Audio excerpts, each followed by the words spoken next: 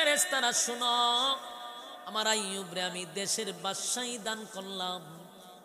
এত রাজত্ব চালাইয়া আমার আইয়ুব একটা সেকেন্ডের জন্য আমি আল্লাহরে ভুলে না। আমার আইয়ুব আমারে ভুলে না। শয়তান এই কথা শুনছে, শয়তান শুনে আল্লাহ আমি তো শুনছি কিতা কইছে। আপনার আইয়ুব আপনারে ভুলে না, ভুলবো কেমন? আপনি রাজত্ব দিয়া তুইছেন, আরামে থাকে তো এই জন্য আপনারে ভুলে না। আল্লাহ কয় আরামে না থাকলে আমার ভুলবে না। না, এটা হয় না। বেশি সুখে থাকলে আপনারা ডাকে, দুঃখে পড়লে আরো তো ডাকাডাকি করতো না। আল্লাহ হয়তো নে তুই একটু দেখ, টেস্ট করে। টেস্ট করতে গেলে আমার ক্ষমতা দিতে হবে। আল্লাহ হয়তো দিলাম তোরে ক্ষমতা, হয় দেখি তুইলে আপনার আইয়ুবে কেমনে আপনারা ডাকে, আমিও ছেড়ে ছাড়তাম না। এই শয়তান না করছে কিতা। আইয়ুব নবী তো বাদশা ছিল, উনার রাজত্ব 12টা বাজাই দিছে। সমস্ত বেড়া বকরি উডের ফাল টাল যা ছিল সব আগুন দিয়ে ঘুরে লিছে। উনার যত সম্পত্তি ছিল সব ধ্বংস করে দিছে। কৃষি ছিল, মানুষ কৃষি করতো, কৃষিকে তো আগুন লাগাই দিছে।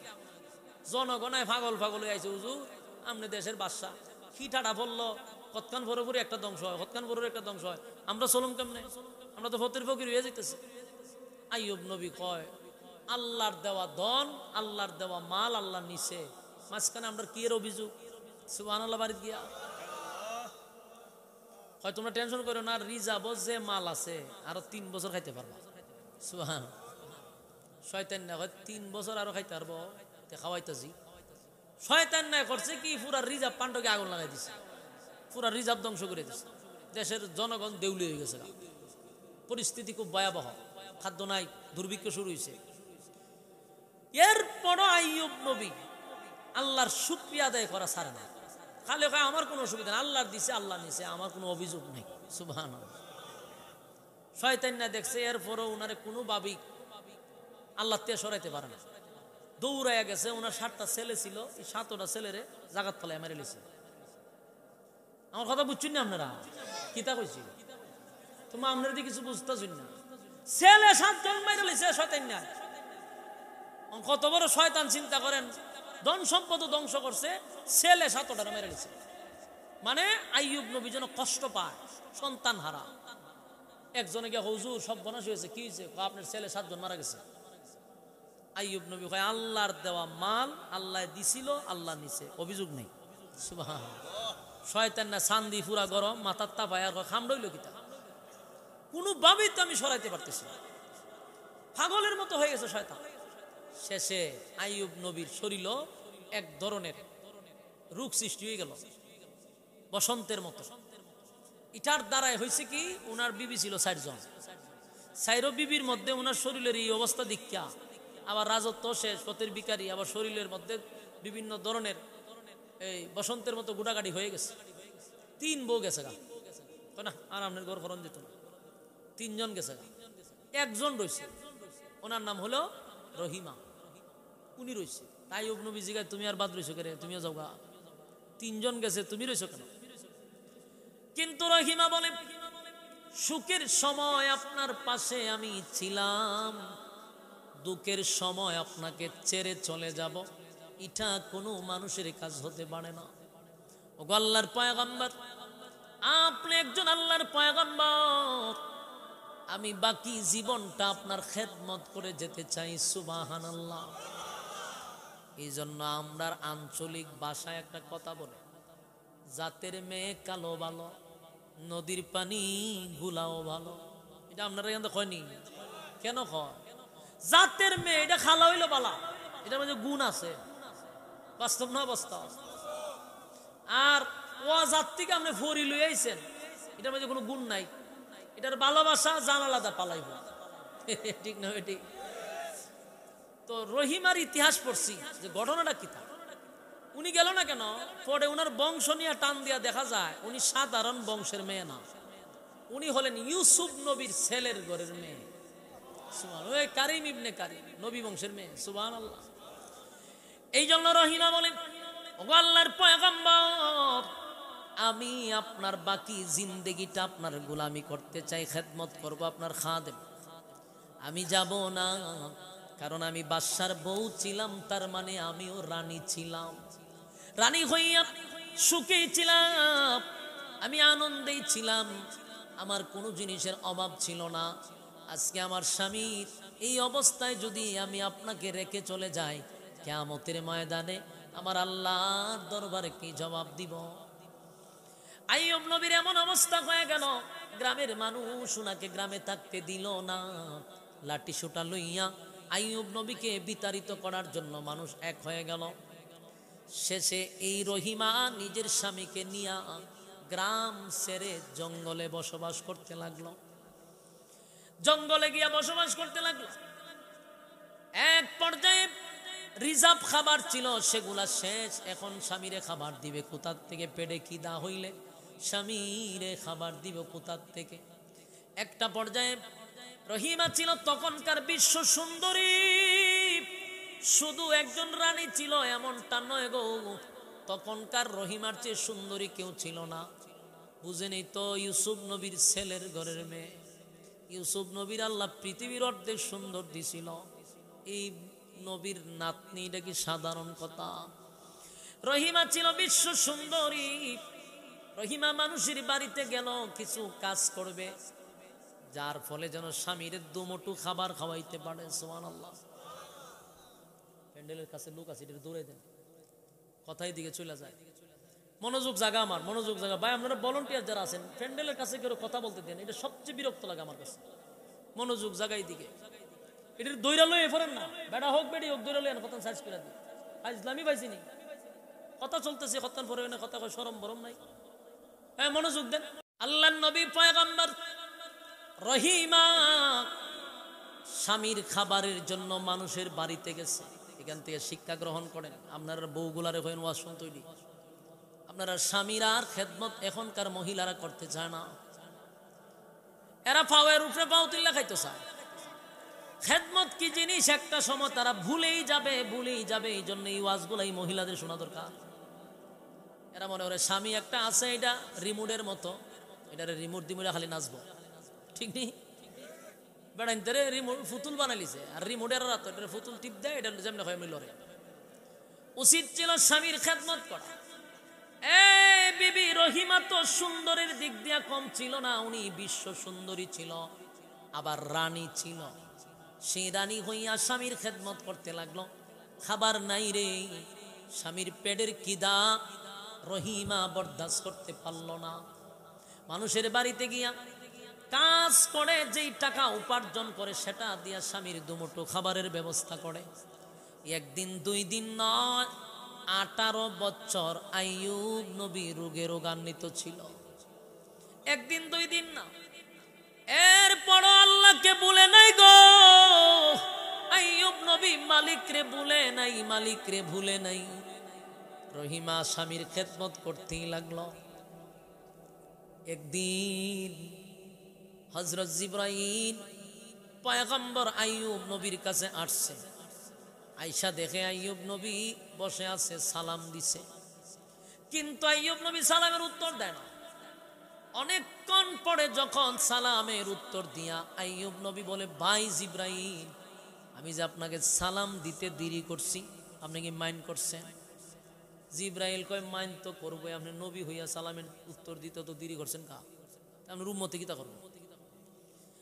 আইয়ুব নবী তখন বলে, ভাই জিবরাইল, আপনি যখন আমারে সালাম দিছেন তখন আমার মুখের ভিতরে আল্লাহর দুইজন মেহমান ছিল, তারা আমার চামড়াগুলি, আমার গোস্তগুলি খাইতেছিল।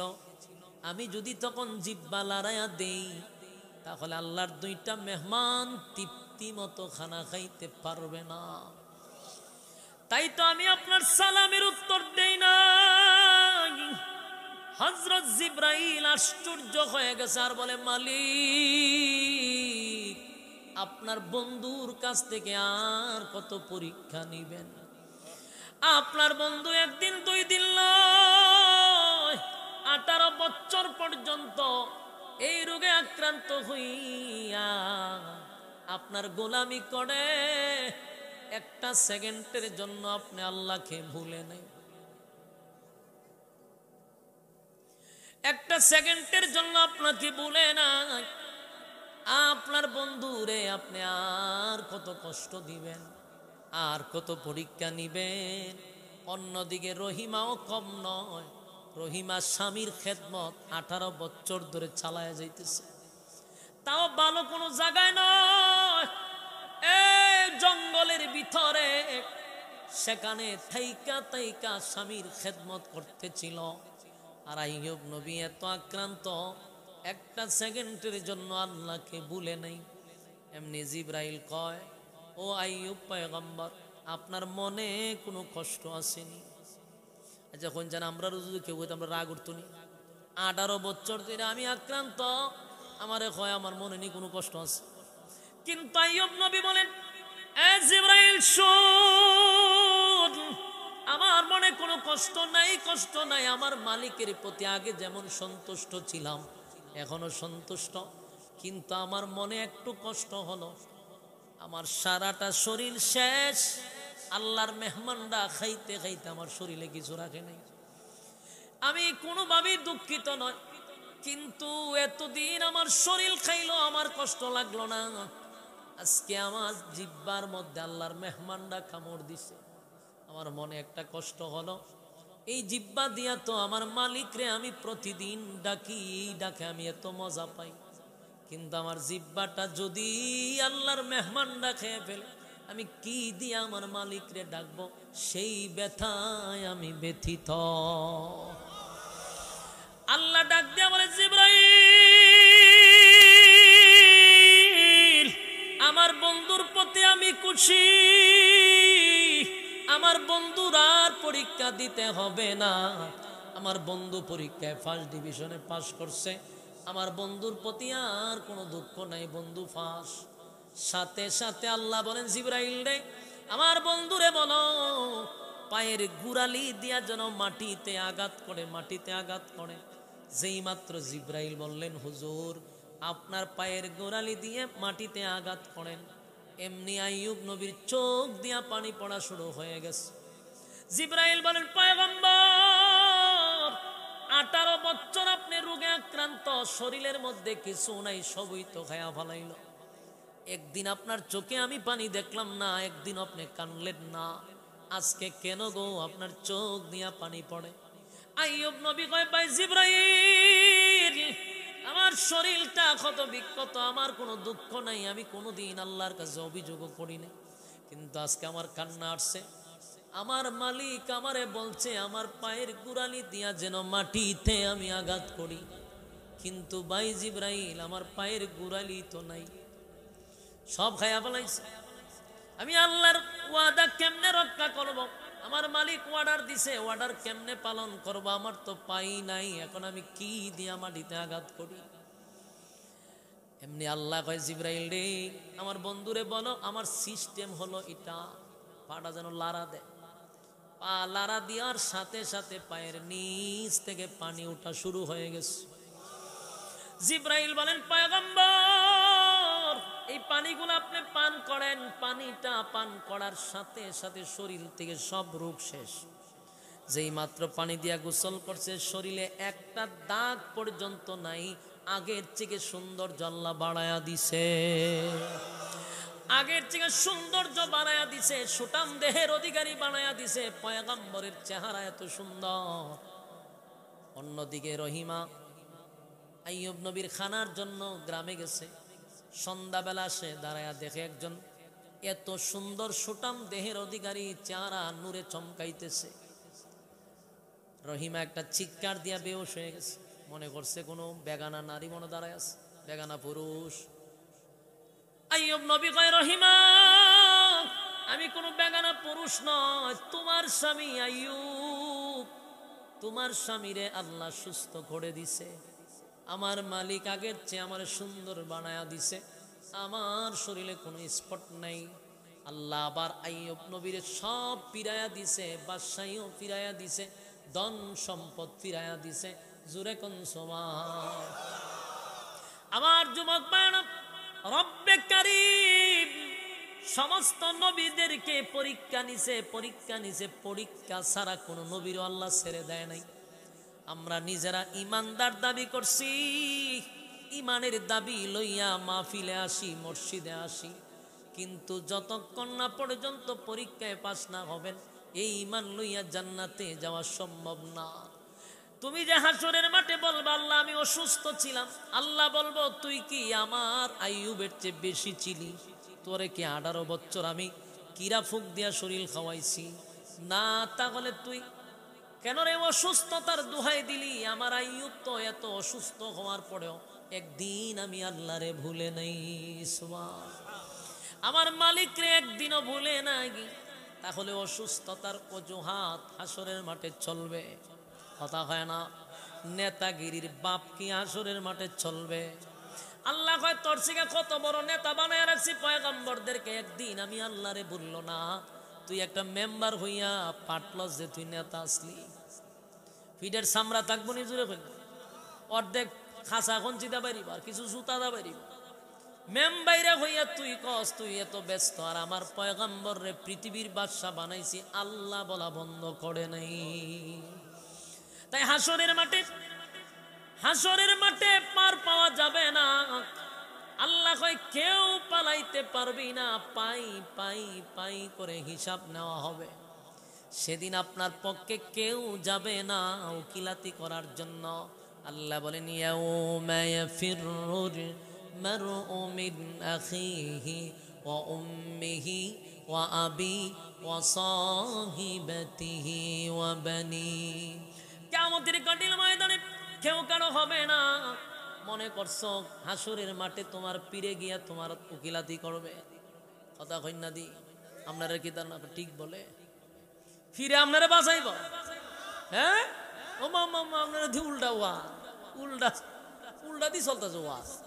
হ্যাঁ হাসরের মাঠে ফিরে বাঁচাইব? ফিরে যদি বাঁচাই থাকতো তাহলে তো আর কোনো সমস্যা আছে না। মদে গাঞ্জা সপ্তাহ খাইতে থাকেন, ফির তো আসুই। আল্লাহর কসম এই আয়াতের অর্থ আপনি ভাবেন। এই আয়াতে কি কইছে শুনেন, ইয়াউমা ইয়াফিরুল মারউ মিন আখিহি ওয়া উম্মিহি ওয়া আবি ওয়া সাহিবাতিহি ওয়া বানি। আল্লাহ হয় কিয়ামতের মাঠে মা বাবা স্ত্রী সন্তান কেউ কারো হবে না। মার থেকে কি মাসির আদর বেশি?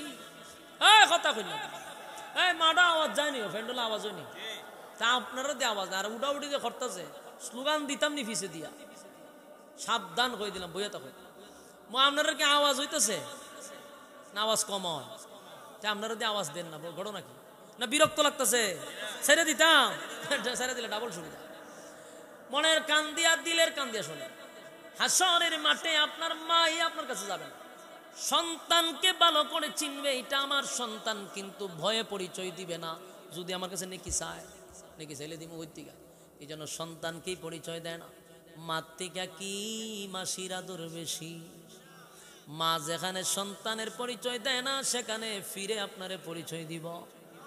ফিরে তো তখন আরো আতঙ্কে থাকবো, যেই পরিমাণ মুড়িদানের পকেটের টাকা খাইছি, ডিম খাইছি, মুরুগ খাইছি, গরু খাইছি। কথা হয় না? মহিলাদের পালা মুরগের ডিম যা আছে সব বাবার নিয়ে দিছে, আর বকরি গরু ছাগল নিয়ে দে খানকায় দিছে। সেই জবাব আল্লাহর কাছে দেওয়ার জন্য প্রস্তুত থাকতেই। কথা হয় না? এই জন্য ফিরার আরো মুসিবতে থাকবে। হাসরের মাঠে কেউ কারো হবে না, কারণ সেদিন বিচারক স্বয়ং আল্লাহ। আমার মালিক বলেন ইনসাফের বিচার হবে গো, ইনসাফের বিচার হবে, কোনো বেইনসাফি বিচার আমি করব না। ইনসাফের বিচার করবে, কেউ কারো হবে না। তাই আপনাদের হাতে পায়ে ধরে বলি, ইমানের দাবি নিয়ে বসছেন, ইমানের পরীক্ষা আসবে, কেন প্রস্তুতি নিচ্ছেন না? ইমানের পরীক্ষা দিতে হবে 100%, পরীক্ষা ছাড়া জান্নাতে যাওয়া যাবে না। নবীরা গুনাহ করল না, এরপর পরীক্ষা করছে। আদম নবীর থেকে নিয়ে ঈসা রূহুল্লাহ, কোন নবীর আল্লাহ পরীক্ষা করে নাই বলেন? নূহ পয়গম্বর একদিন 2 দিন নয় রে, 950 বছর। কয় বছর? 950 বছর। চোখের পানি ছেড়ে দিয়া কানলো, কালেমার দাওয়াত দিতে যায়, কিন্তু মানুষ নূহ পয়গম্বরকে রক্তাক্ত করে। এইভাবে একদিন 2 দিন নয় রে, 950 বছর নূহ নবী কাঁদছে। ইব্রাহিম খলিলুল্লাহ, উফাদি হইল খলিলুল্লাহ, আল্লাহর বন্ধু। সেই আল্লাহর বন্ধুরে একটা দুইটা নয়, অসংখ্য পরীক্ষায় আল্লাহ ফলাইছে। কথা হয় না? সব পরীক্ষায় 99 না, 100% ফাঁস। সুবহানাল্লাহ। পরীক্ষা করলো আগুনের কেন্দ্র ফালাইয়া, আগুনের গুহার ভিতরে ফালাইয়া 40 দিন সেখানে জিল্লা দিয়েছে। এরপরও আই হযরত খলিলুল্লাহ বিন্দু পরিমাণ আল্লাহকে বলে নাই। সুবহানাল্লাহ। নিজের সন্তানকে দিয়ে আল্লাহ পরীক্ষা করলো রে, পরীক্ষায় ফাঁস হইল, সন্তানের গলায় ছুরি লাগায়া দিবে এই পর্যন্ত চলে গেছে, আল্লাহ কয় তুমি ফাঁস। সুবহান। আগুনে যখন পড়ে গেছে আল্লাহ কয় তুমি ফাঁস। প্রতিটা জায়গায় জায়গায় পরীক্ষা পরীক্ষা পরীক্ষা, তোমার আমারও পরীক্ষা হবে, অপেক্ষা থাকো। বিনা পরীক্ষায় কবরে নিবে না, ফেল করলে জাহান্নাম।